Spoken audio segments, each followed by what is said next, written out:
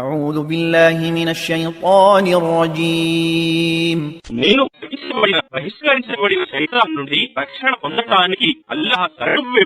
ثم أورثنا الكتاب الذين اصطفينا من عبادنا فمنهم ظالم لنفسه ومنهم مقتصد ومنهم سابق بالخيرات بإذن الله ذلك هو الفضل الكبير.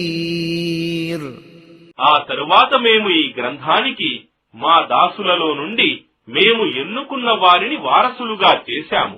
వారిలో కొందరు తమకు తాము అన్యాయం చేసుకున్నవారున్నారు, మరికొందరు మధ్యస్థంగా ఉండేవారున్నారు, ఇంకా కొందరు అల్లాహ్ సెలవుతో సత్కార్యాలలో మున్ముందు ఉండేవారు ఉన్నారు.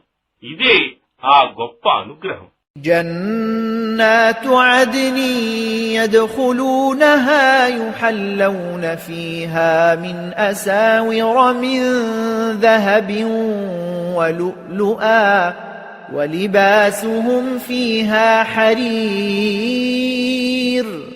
శాశ్వతమైన స్వర్గవనాలలో వారు ప్రవేశిస్తారు.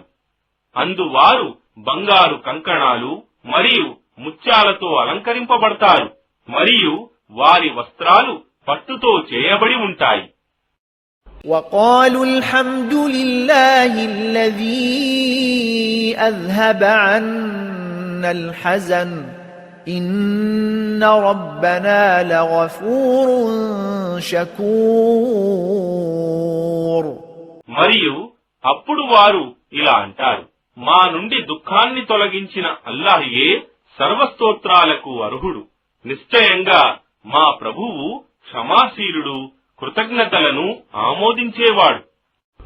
الذي أحلنا دار المقامة من فضله لا يمسنا فيها نصب ولا يمسنا فيها لغوب. ఆయనే తన అనుగ్రహంతో మమ్మల్ని శాశ్వతమైన నివాస స్థలంలో దింపాడు. ఇందులో మాకు ఎలాంటి కష్టమూ లేదు, మరియు ఇందులో ఎలాంటి అలసట కూడా లేదు.